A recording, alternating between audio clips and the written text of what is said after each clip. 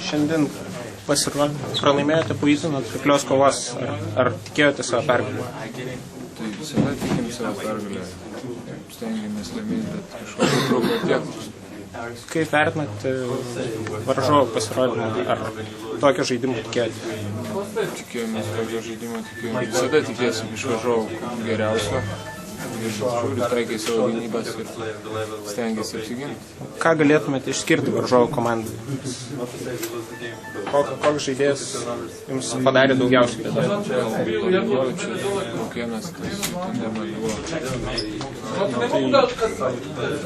Antrose rungtynėse iš Eurolygos šį sezoną demonstravote neblogą žaidimą. Tokio iš jūsų veikiausiai niekas nesitikėjo. Ar tikitės tokią sportinę formą išlaikyti visą sezono metu?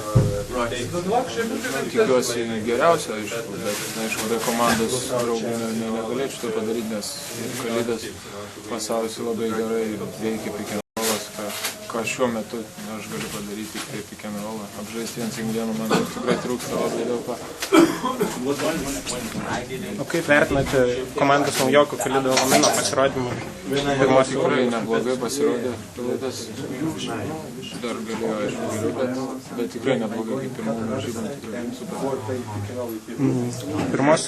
Šiose rungtynėse komanda itin daug prasižengė. Ar ketinate spręsti šią problemą? Manau, spręsim tą problemą. Buvo kaip ir planas, tai protingų baudų planas. Prasižengt protingai, kad sustabdytų varžovą nemetamam baudom. tą bandė padaryti. Gerai, ačiū.